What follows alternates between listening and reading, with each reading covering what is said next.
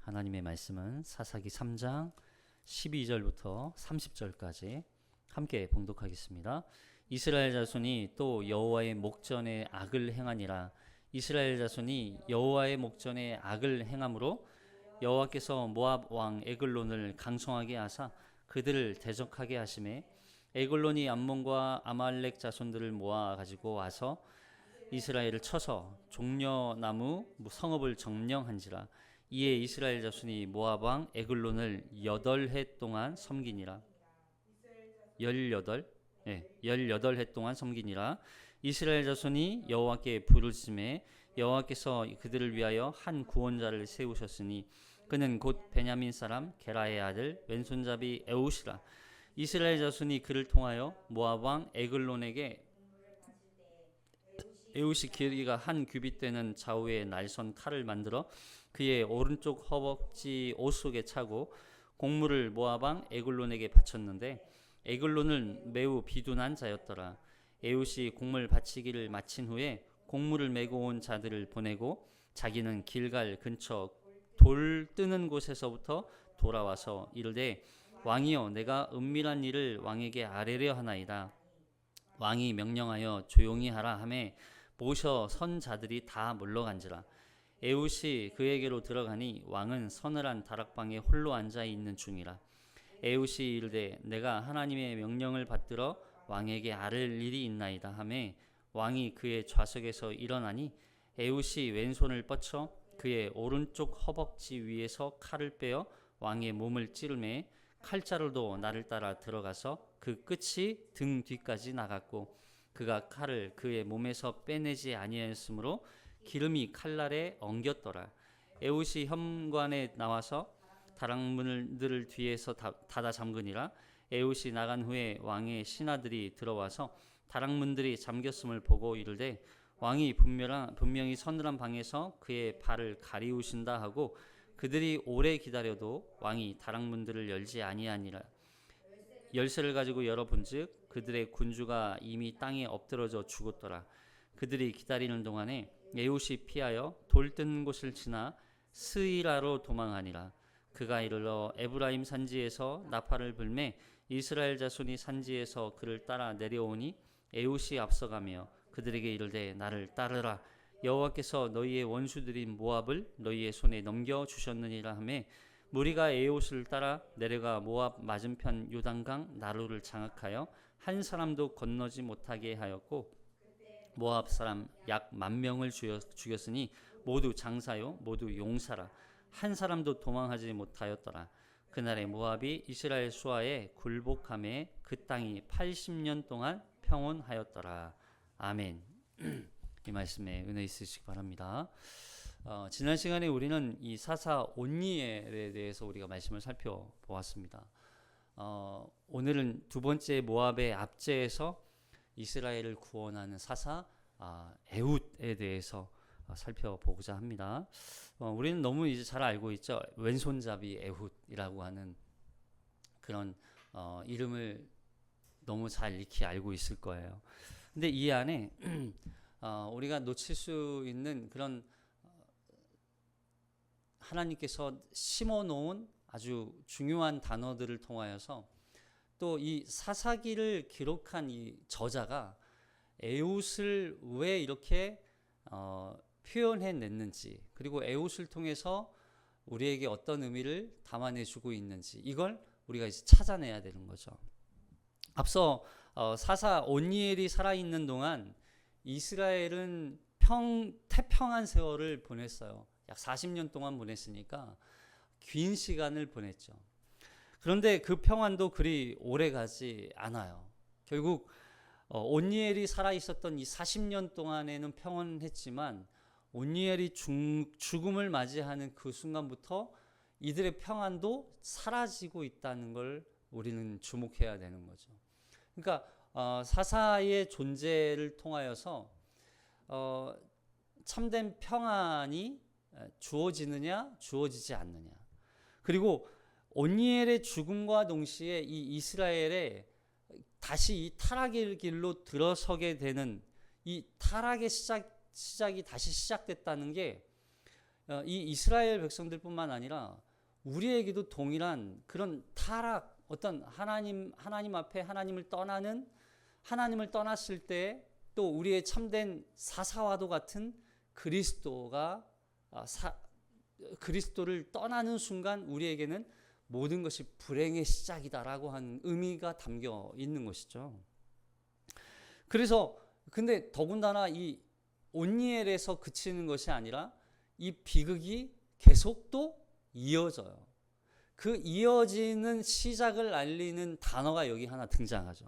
그게 바로 여기 12절에 또라는 단어예요. 또. 자, 함께 읽어보겠습니다. 시작. 이스라엘 자손이 또 여호와의 목전에 악을 행하니라. 이스라엘 자손이 여호와의 목전에 악을 행함으로 여호와께서 모압 왕 에글론을 강성하게 하사 그들을 대적하게 하시매. 여기 또라는 단어가 등장해요. 또. 그러니까 이스라엘 백성들에게 있어서 이 또라고 하는 단어는 굉장히 비극적인 이야기지만 우리에게도 또라는 단어가 시작될 수 있어요. 우리가 하나님을 정말 전적으로 하나님을 섬긴다고 외치고 고백하고 돌이켰다고 이야기하지만 시간이 지날수록 그 고백과 헌신이 이어지는 경우가 많지 않다는 거예요. 우리도 똑같이 또 과거 옛사람의 그런 삶의 모습으로 돌아가게 된다는 거죠. 그때 우리에게 중요한 등장인물이 누구예요? 사사이신 예수 그리스도. 그러니까 우리가 또 넘어지고 또 자빠지고 또 하나님을 배반하고 떠날 수 있는 그 순간에도 우리가 붙들고 결코 이 에훗이라고 하는 사사를 통하여서 이스라엘 백성들이 구원이 다시 선포되었던 것처럼 우리에게도 그 예수 그리스도를 붙드는 순간 우리가 구원을 다시 이루어 갈 수 있게 되는 것을 우리가 기억해야 되는 거죠. 근데 이 또라고 하는 단어가 연속적인 단어예요. 그러니까 연속적으로 계속 일어난다는 의미예요. 이게 한번 이스라엘 백성들이 보세요. 깨달았어요. 돌이켰어요. 그리고서 사사를 통하여서 평안한 한 삶을 살아요. 하나님을 섬기면서. 그리고 또 했죠. 이게 이제 여기서 그치는 게 아니야. 그 과정을 계속 반복하는, 계속. 이런 인생이 이스라엘 백성들에게 똑같이 지금 나타나고 있는 거죠. 앞서서 온니엘 때도 구산 리사다임 2배로 악한 왕을 만났음에도 불구하고 이들은 그걸 또 잊어버리고 하나님을 잊어버리고 하나님을 섬기지 않고 하나님의 말씀에 순종하지 않고 결국 그들이 따라가던 그 우상을 또 섬기게 되는 거예요. 그 하나님께서 베푸신 그 은혜를 새카맣게 잊어버리는 거죠. 새카맣게. 진짜 하나님이 어떤 은혜를 베푸셨는지 어떻게 우리를 구원하셨는지 새카맣게 잊어버려요. 새카맣게. 이게 인간의 한계예요. 인간의 한계. 우리는 아무리 인간의 어떤 지식의 탁월함, 지적인 어떤 실력이나 능력이나 그럼 이걸로 하나님이 우리를 구원하지 않아요. 우리는 또 타락할 수밖에 없는 존재. 또 하나님을 배반하고 떠날 수밖에 없는 존재.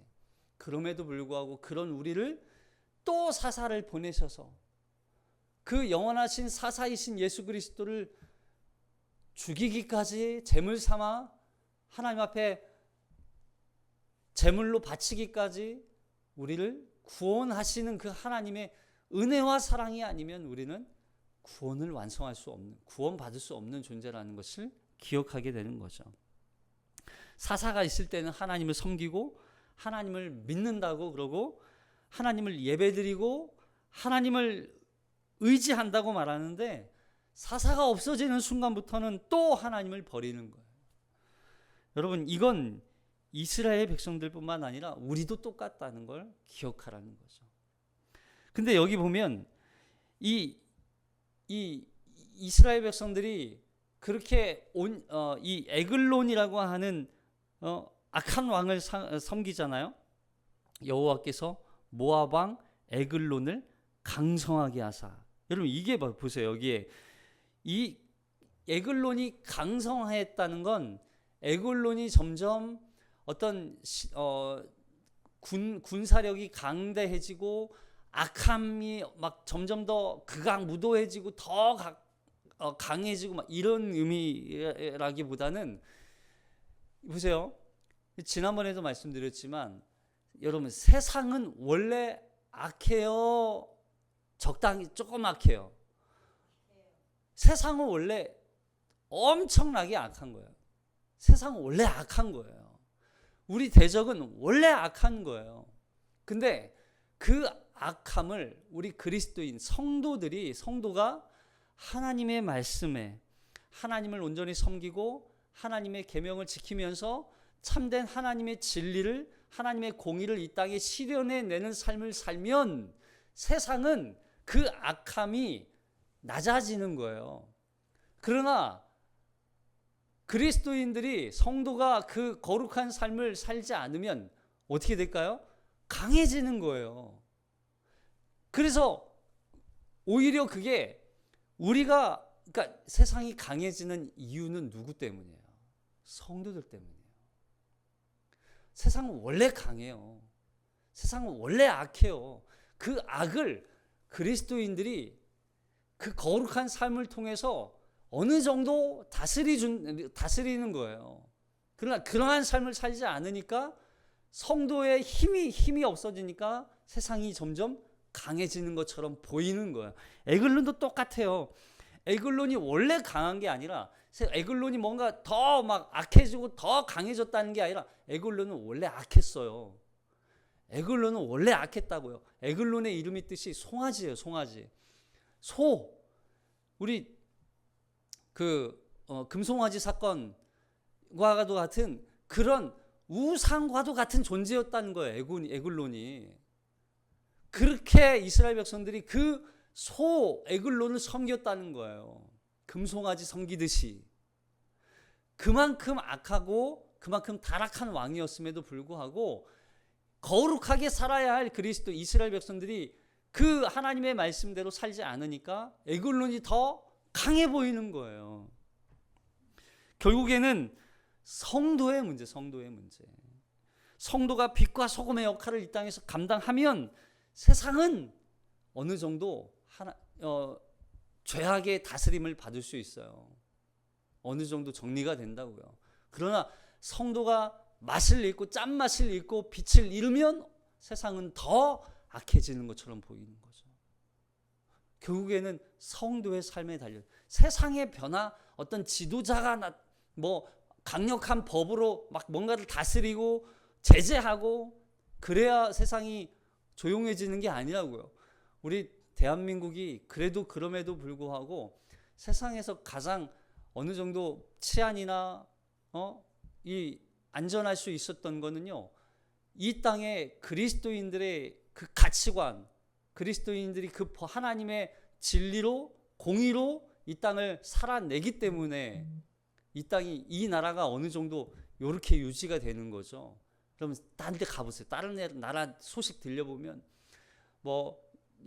뉴스 보니까 사람이 죽기 전에 반드시 가봐야 할 나라 중에 한 곳이 브라질이라고 하는데, 브라질에서는 어떤 범죄율이 너무 높아가지고, 특히 여성에 대한 범죄율이 너무 높으니까 결코 가지 말아야 할 나라가 될 수밖에 없다, 이런 기사들이 올라오고 있어요. 그런 나라들을 보면 우리나라는, 그러니까 외국 사람들이 우리나라에 와서 이렇게 안전하고 깨끗한 나라가 세상에 또 있냐고. 예? 이렇게 외국의 유명한 축구 국가대표들, 축구 선수들 와서 보면 밤에도 돌아다닐 수 있는 신기한 나라 이러잖아요. 나중에 나이 들어서 한국에서 살면 어떨까, 이런 생각도 했다. 이렇게. 그만큼 우리나라가 성도로서의 빛과 소금의 역할을 온전히 감당해내야 이런 삶이 유지가 되는 거예요. 자, 에글론이 암몬과 아말렉을 모아서 이스라엘을 점령하죠. 자, 여기 보니까 보세요. 종려나무 성읍을 점령했다고 그래요. 자, 13절에 시작. 에글론이 암몬과 아말렉 자손들을 모아 가지고 와서 이스라엘을 쳐서 종려나무 성읍을 점령한지라. 이에 이스라엘 자손이 모압 왕 에글론을 18해 동안 섬기니라. 자, 하나님은 무한하신 사랑과 자비와 은혜로 범죄한 이스라엘을 계속 구원해 주시지만 이스라엘의 죄악 자체를 하나님이 묵인하신다는 건 아니에요. 오해하면 안 돼요. 하나님은 범죄, 그 죄에 대해서는 반드시 심판하시는 거예요. 그 심판의 도구로 지금 누구를 쓰시고 계신 거예요? 에글론을 쓰고 계시는 거예요. 에글론을 강성하게 해서, 그러니까 이게 이 원리가 계속 성경에 등장해요. 나중에 이스라엘 분열됐을 때도 이스라엘 북이스라엘 남유다로 분열되었을 때 이 너무 타락하니까 하나님이 바벨론 또는 아시리아 뭐 주변에 있는 국가들을 강대하게 해서 결국에는 다 멸망시키시잖아요. 이 원리가 성경 처음부터 끝까지 계속 반복되는 거예요. 여기서도 똑같죠. 에글론을 강성하게 해서 이스라엘을 심판하시는 도구로 하나님이 에글론을 사용하세요. 그리고서 에글론을 하나님께서 여러분 그렇다고 해서 에글론이 악하지 않다는 게 아니에요. 악한 에글론을 하나님이 또 심판하시는 거예요. 그 심판을 통해서 뒤에서 말씀드리겠지만 그 심판을 통해서 이 땅 하나님의 나라에 참된 하나님의 말씀의 통치가 다스리는 나라, 그리고 거룩한 하나님의 백성들이 하나님만 섬겨야 하는 당위성을 하나님께서 계속 말씀하고 있는 거예요. 그렇지 않으면 너희는 심판받는다. 그렇지 않으면 강대국들에 의해서 너희가 괴로움을 당하게 된다. 그리고 그 에글론을 심판하시는 그 하나님이 참된 하나님이시다. 우상이 아니라 그 에글론조차 심판하시는 하나님이 진정한 신이시다. 너희는 그 하나님을 섬겨라. 그걸 하나님이 강조하고 있는 거예요. 여기서도 마찬가지예요. 에글론이 암몬과 여기 모압이죠. 암몬 이렇게 나오잖아요. 모압은 누구냐면 소돔과 고모라 성에서 멸망당하던 롯 있죠. 롯의 아내가 도망쳐 나올 때 뒤를 바라봐 소금 기둥이 되었다가 결국에는 롯과 두 딸만 살아나온단 말이에요. 그 두 딸의 남편들은 다 거기서 결국엔 죽었어요. 그러니까 롯 입장에서는 자신의 또 계를 이어야 되잖아요. 그걸 두 딸과 계대를 이어가요. 그렇게 동침해서 낳은 아들이 암몬, 모압이란 말이죠. 그리고 뭐예요? 아말렉은요, 에서의 자손이에요. 그러니까 모압이나 암몬, 아말렉은 이스라엘이 범죄할 때마다 하나님이 그 손에 들어서 이스라엘을 채찍질해서 심판하는 도구로 하나님이 쓰시기 위해서 계속 하나님이 남겨두세요. 이게 하나님이 남겨두시는 은혜예요. 이걸 통해서 하나님은 이스라엘을 심판하는 도구로 사용하시는 거예요. 그러니까 결국에는 보시면 우리가 때로는 하나님으로부터 어떤 징계나 또 하나님이 심판을 받는 경우가 있어요. 그때 우리가 당하는 그 심판의 도구로 우리가 따르는, 우리가 섬기는, 우리가 죄악을 범했던 그것들에 의해서 우리가 심판을 당하는 경우가 있다는 거죠. 여기서도 이렇게 하나님께서 사용하시는 거예요. 그래서 모압과 아말렉 이런 이방 나라들을 강성하게 만드는 거예요. 그걸 이스라엘 백성들이 그럼 이스라엘 백성들이 뭘 깨달아야 될까요? 저렇게 저들이 강성해지는 건 하나님이 우리를 심판하시기 위한 거구나. 우리가 지금 뭔가 잘못하고 있구나라고 하는 걸 깨달아야 되는 거예요. 그래서 하나님을 빨리 찾아야 되는 거예요.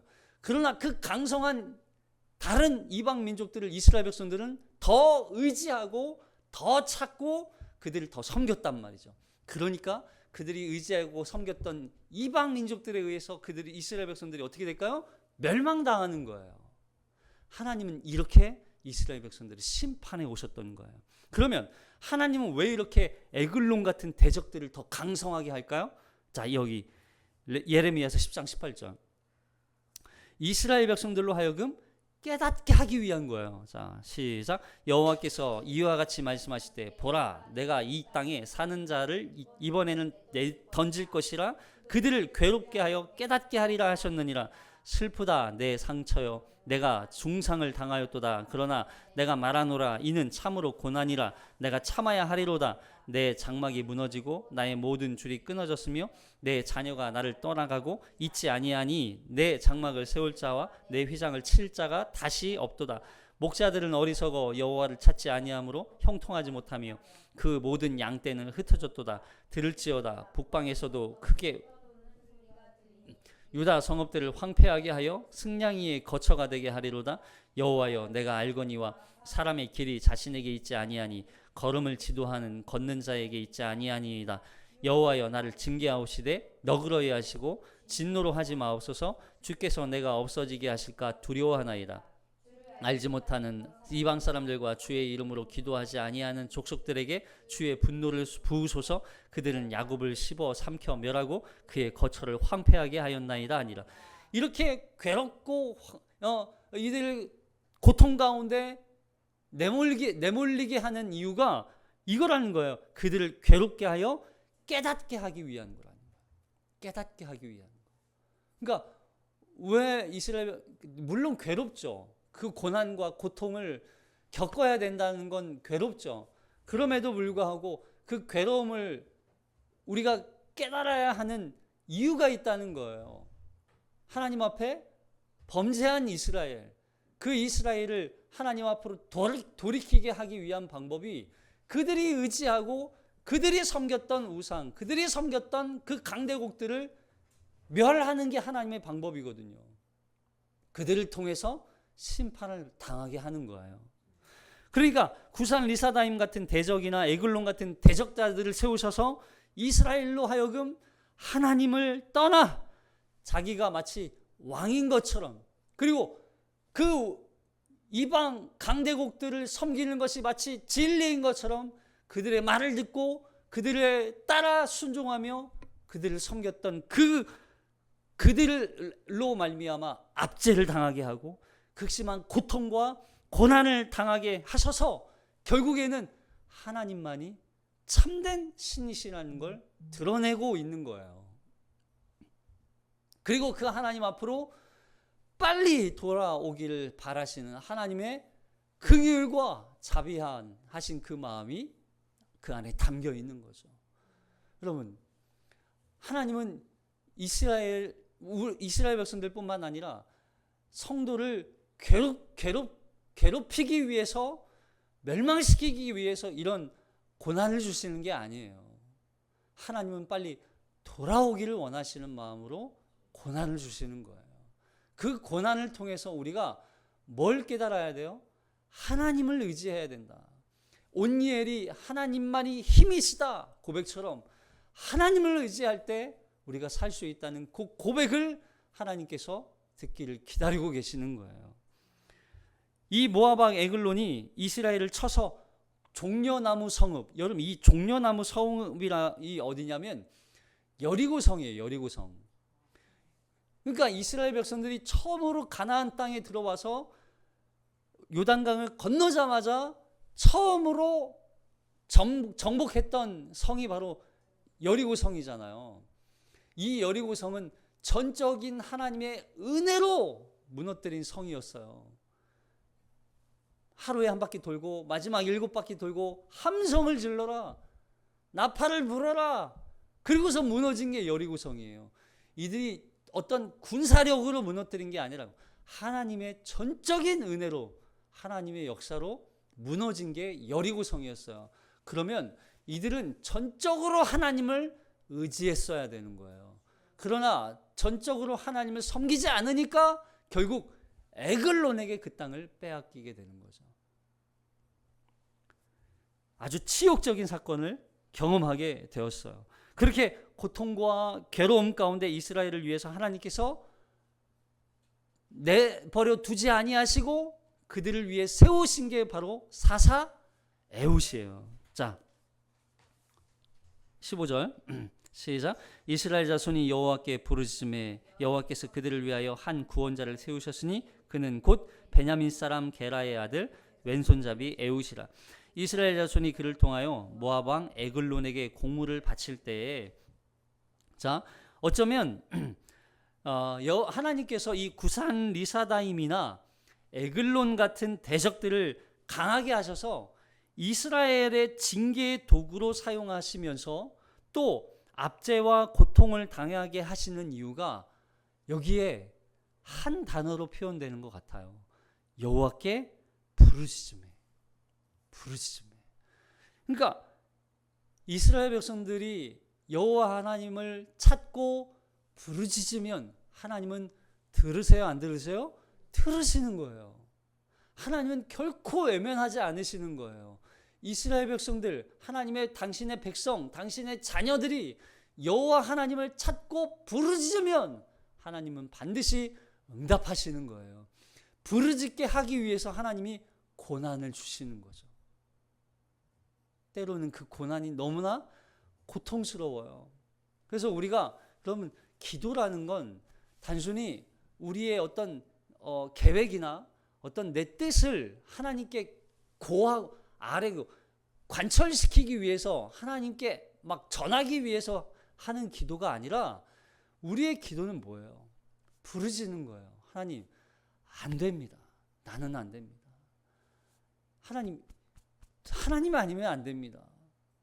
이 고백을 하는 게 부르짖는 거죠. 나는 이런 계획이 있는데 하나님, 내 이 계획 좀 들어주세요. 내 자녀가 군대를 갔는데 물론 그런 기도할 수 있죠. 내 자녀가 대학을 가야 되는데 좋은 대학 좀 가게, 물론 할 수 있죠.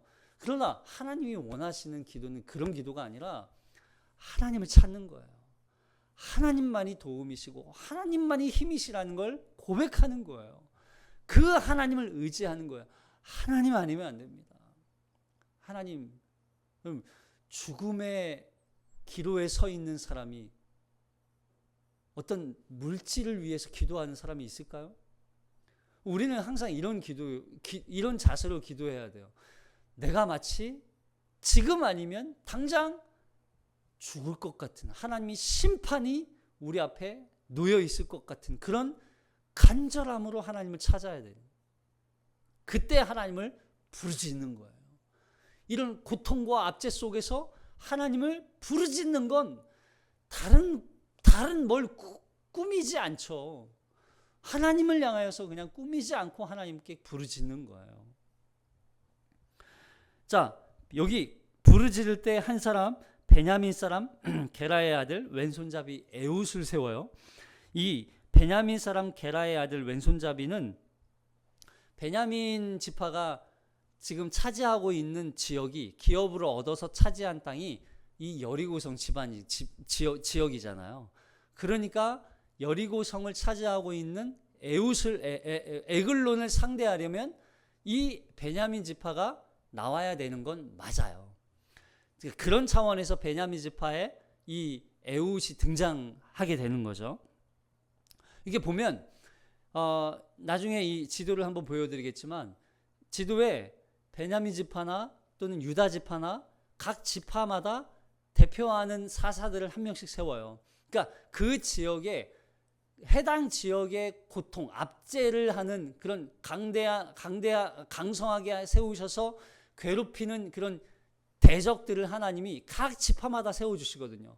그 지파들의 대표자로 이렇게 사사들을 세우시는 거예요. 자, 근데 왜 하필 베냐민 사람이니까?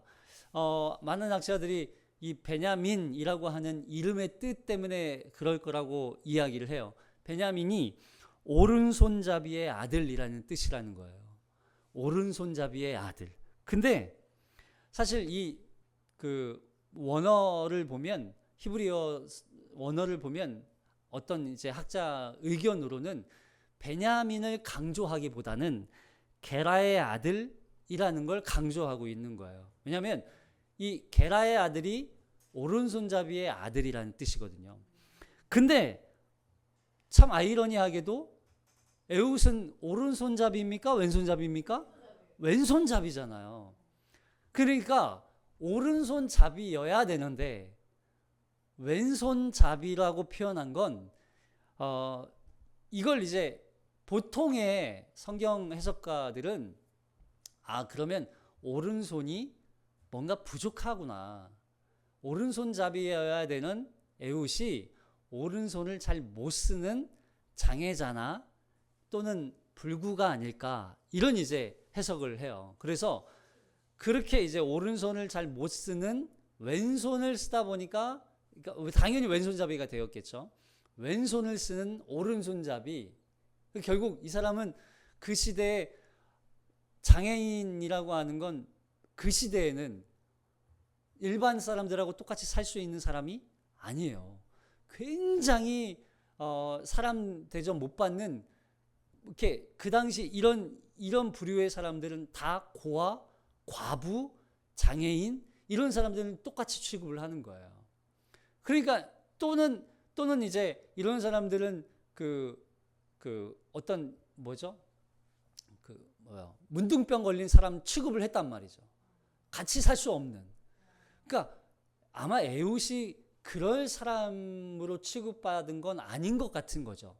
더군다나 베냐민 사람이 나중에 이게 가면 그 전쟁에 참여하는 700명이 베냐민 사람이 등장하거든요. 그럼 그 사람들은 다 왼손잡이인가? 그건 또 아니거든요. 그래서 여기 이 해석을 이렇게 왼손잡이, 오른손이 불구인 왼손잡이를 해석을 하게 되면 나중에 해석하는데 조금 문제가 생기기 때문에 어떤 학자는 그래서 양손을 다 쓰는 사람이지만 특별히 왼손을 더 잘 썼다, 양손잡이다, 이렇게 보는 견해가 맞다는 거죠. 저도 그렇게 그런 쪽에 속합니다.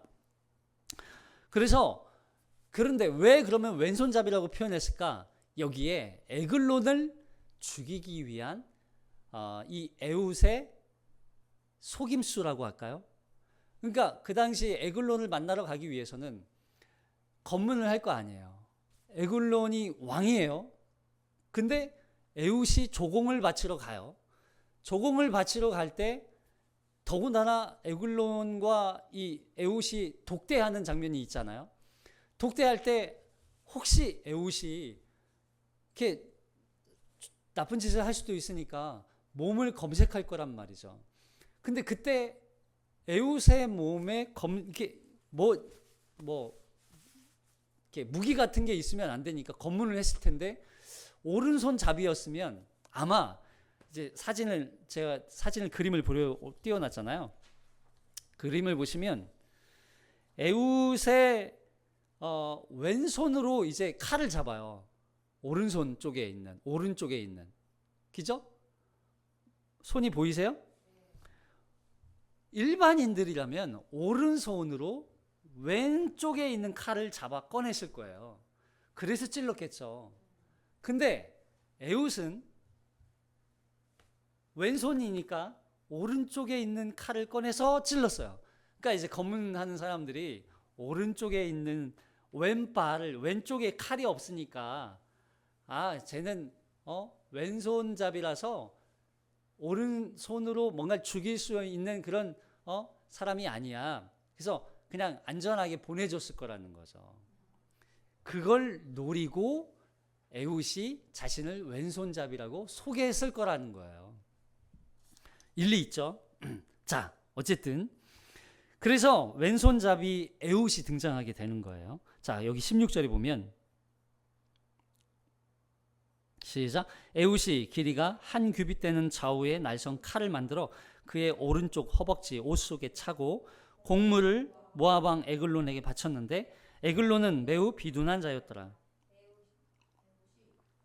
곡물 바치기를 마친 후에 곡물을 메고 온 자들을 보내고 자기는 길갈 근처 돌 뜯는 곳에서부터 돌아와서 이르되 왕이여 내가 은밀한 일을 왕에게 아뢰려 하나이다 하니 왕이 명령하여 조용히 하라 하매 모셔 선 자들이 다 물러간지라. 에훗이 그에게로 들어가니 왕은 서늘한 다락방에 홀로 앉아 있는 중이라. 에훗이 이르되 내가 하나님의 명령을 받들어 왕에게 아랠 일이 있나이다 하매 왕이 그의 좌석에서 일어나 일어나니 에훗이 왼손을 뻗쳐 그의 오른쪽 허벅지 위에서 칼을 빼어 왕의 몸을 찌르매 칼자루도 나를 따라 들어가서 그 끝이 등 뒤까지 나갔고 그가 칼을 그의 몸에서 빼내지 아니하였으므로 기름이 칼날에 엉겼더라. 에훗이 현관에 나와서 다락문들을 뒤에서 닫아 잠그니라. 에훗이 왼손잡이인 척하고 이제 에글론을 만나러 들어가는데 여기 한 규빗 칼이라고 하니까 약 45cm 이게 한 규빗이거든요. 그래서 약 한 40에서 45cm 정도 되는 칼을 들고 가는 거죠. 이 칼을 오른쪽 허벅지에 차고 그리고서 가리고 그러니까 검문하는 사람들이 오른쪽을 볼 필요는 없죠. 왜냐하면 왼쪽에 칼을 있는지만 보면 되니까. 그러니까 왼쪽을 검문하지 않은 거죠. 그렇게 해서 들어갔어요. 그리고서 공물을 바치고 길갈로 왔다가 길갈에서 다시 에훗 혼자 에글론을 또 만나러 가요. 근데 에글론 입장에서 다시 돌아온 이 에후가 너무 궁금한 거예요. 왜 돌아왔지? 여기서 에훗이 은밀한 일을 고하겠다 이렇게 얘기하잖아요. 이 은밀한 비밀스러운 일, 이 일이 은밀히 드릴 말이 있습니다. 이런 뜻이거든요. 그러니까 그 말을 듣고 에글론은 이렇게 생각한 거예요. 하나님의 말씀을 지금 뭔가 전해주려나? 왜냐하면 에글론도 그 하나님에 대한 소식을 알고 있거든요. 그러니까 자 여기 에훗이 이르되 내가 하나님의 명령을 받들어 왕에게 아를 일이 있나이다. 아 하나님의 말을 전하러 왔다고? 나도 그 하나님의 말 듣고 싶어. 그래서 일어나는 순간 에훗이 왼손으로 오른편에 있는 칼을 빼서 찔렀다는 얘기예요. 자, 이 에글론을 죽이는 건 상징적 의미가 있어요. 왜냐하면 에글론의 이름의 뜻이 뭐라고 그랬죠? 송아지, 송아지. 그러니까 에훗이 이 에글론을 잡는 거 그리고 곡물 그러니까 에글론에게 이렇게 이스라엘 백성들로부터 거둬들인 곡물을 바쳐야 되잖아요. 바칠 때 에훗이 자신의 손으로 이렇게 바친다는 표현을 해요. 손으로 바친다. 곡물을 바친다. 그리고 에훗이 송아지다. 그리고 에글론이 송아지다.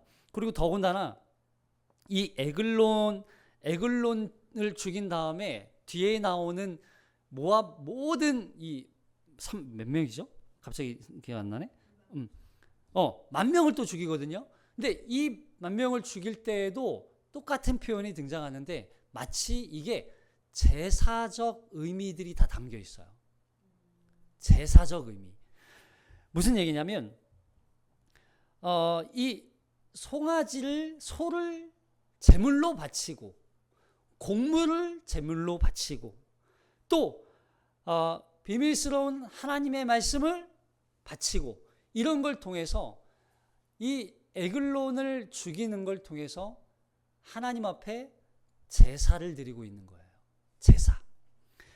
이 에훗이 비밀스러운 이야기를 한다고 할 때 그 비밀스러운 이야기가 마치 자기는 더 강성해지고 강대해지고 이스라엘 백성들을 다스리고 통치할 수 있는 어떤 그런 기회가 될 거라고 여겼지만 그게 하나님의 심판의 비밀스러운 말씀이었던 거죠.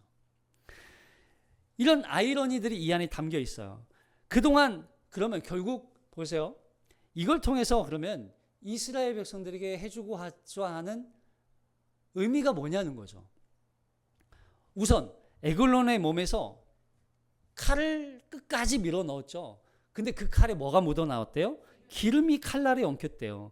이 에글론이 이스라엘에게서 탈취한 그 수많은 곡물들 그걸 너무 먹어서 비루해지고 비대해진 것도 있지만 이게 내장에서 나오는 기름이거든요. 내장에서 나오는 기름. 이 기름이 배 안에 가득할 만큼 뚱뚱했다는 것을 설명해 주는 걸로만 해석하면 안 되고 이게 레위기에서 나오는 기름에 대한 하나님의 제사법 때문에 그래요. 자, 여기 레위기 3장 14절.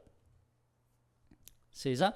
그는 그 중에서 예물을 가져다가 여호와께 화제를 드릴지니 곧 내장에 덮인 기름과 내장에 붙은 모든 기름과 두 콩팥과 그 위에 기름 곧 허리 쪽에 있는 것과 간에 덮인 커플을 콩팥과 함께 떼어낼 것이요 제사장은 그것을 제단 위에 불사를 찌니 이는 화제로 드리는 음식이요 향기로운 냄새라. 모든 기름은 여호와의 것이니라. 너희는 기름과 피를 먹지 말라. 이는 너희의 모든 처소에서 너희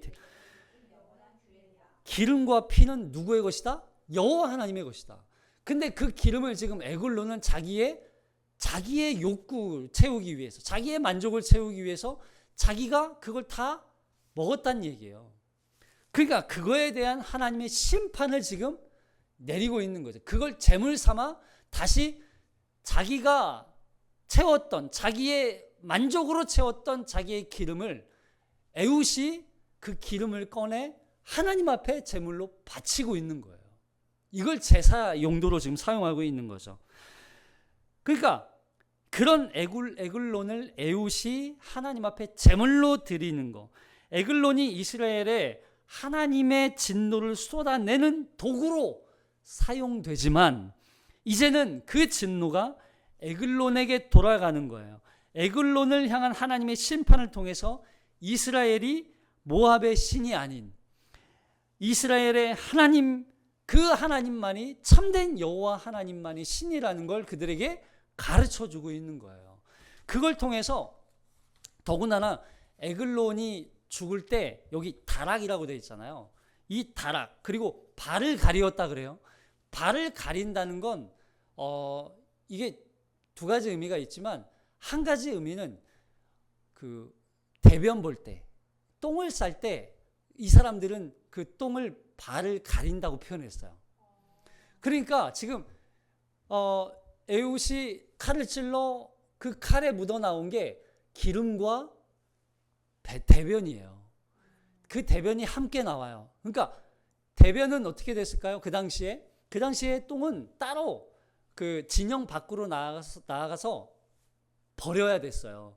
진영 안에 버릴 수가 없었다고요. 그 당시에는 더러운 것으로, 죄악된 것으로 여겼기 때문에. 그러니까 이 에글론에 대한 이 똥이 나왔다, 대변이 나왔다, 이 의미는 에글론을 죄악된 존재로 여겨 하나님의 심판받아 버려진 존재로 지금 취급하고 있는 거예요.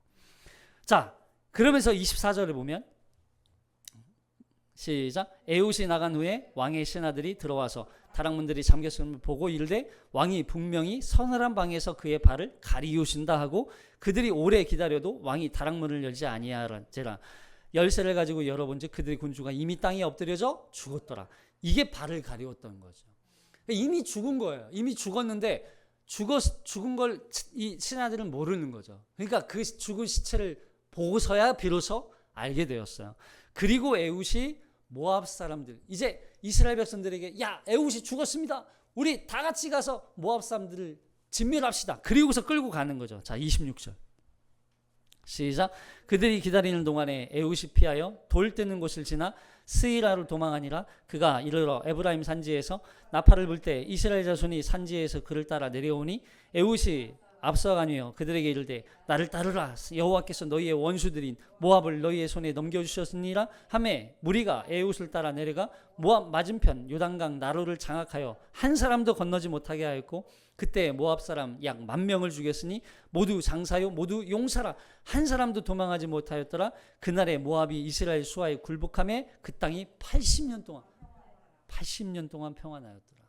모압 사람 10,000명을 죽여요. 여러분 이 모압 사람을 여기 모두 장사요라고 표현한 이 단어도 에글론을 표현할 때 비대한 자라고 했잖아요. 그 단어하고 똑같은 단어예요. 그러니까 이 모압 사람들이 다 뚱뚱했다는 얘기예요. 얼마나 이스라엘 백성들에게서 얻은 그 곡물을 받아 먹어서 이스라엘 백성들을 얼마나 쫄쫄 굶었겠어요. 그 고난과 압제 속에 있던 이스라엘 백성들을 하나님이 에웃을 통해서 에글론을 죽이시고 심판하시고 구원하시는 말씀이 선포되고 있는 거예요. 이 짧은 에웃 이야기 속에 손이라고 하는 단어가 계속 등장한다고 그랬잖아요. 왼손. 또 왼손 손으로 받쳐 곡물을 드리고, 그리고 이스라엘의 손에 모압을 넘겨주어 이 이스라엘 수하에 굴복함에 손에 굴복되었다. 이 손이 누구의 손일까요? 그러면 결국 하나님의 손인 거예요. 그러니까 에후는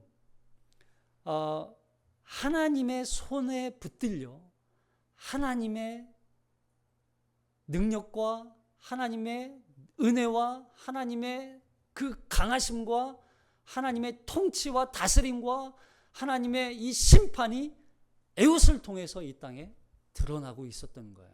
그러니까 에훗은 왼손잡이라고 표현했지만 결국 그 왼손조차 하나님 손에 붙들려 하나님의 도구로 쓰임 받았던 믿음의 사람이었던 거죠. 여러분, 결국 이 에훗 이야기를 통해서 우리는 이 땅에 하나님의 이 도우심, 하나님만이 참된 신이시며 하나님을 의지하는 게 우리가 어떤 능력이든 어떤 힘이든 어떤 노력이든 아무리 노력해도 우리는 아무것도 할 수 없는 존재. 그러나 하나님 손이 우리를 붙들면 우리는 그 손에 붙들려 이 땅 가운데 하나님의 영광스러운 삶을 살아낼 수 있다는 것을 말씀해 주고 있어요. 뿐만 아니라 이 사사는 항상 누구를 상징적으로 설명한다 그랬어요? 예수 그리스도. 그 예수 그리스도께서 이 땅에 오셔서 우리 손을 붙들어 영원한 심판과 저주 아래 사망 아래 놓인 우리의 손을 붙들어 하나님 나라 거룩한 하나님의 자녀로 우리를 신분의 변화를 일으키신 분이 바로 사사이신 예수 그리스도라는 걸 우리에게 보여주고 있어요. 그 손을 붙들고 살아가는 거예요. 그 손에 의지해서 살아가는 거예요. 그 손을 붙들고 살 때 우리가 하나님의 은혜 아래 살 수 있는 거예요. 그럼 우리는 예수를 떠날 수 없어요. 그래서 예수 그리스도의 손에 의지해서 우리는 살아가는 거예요. 주님, 우리 그런 찬양 있잖아요. 우리 내 손 붙들고 나를 이끌어 가소서. 그런 찬양이 우리는 그런 삶을 살 수밖에 없는 존재. 그러나 그것이 우리에게 가장 복된 인생인 줄로 믿습니다. 가장 아름다운 인생인 줄로 믿습니다. 기도하겠습니다.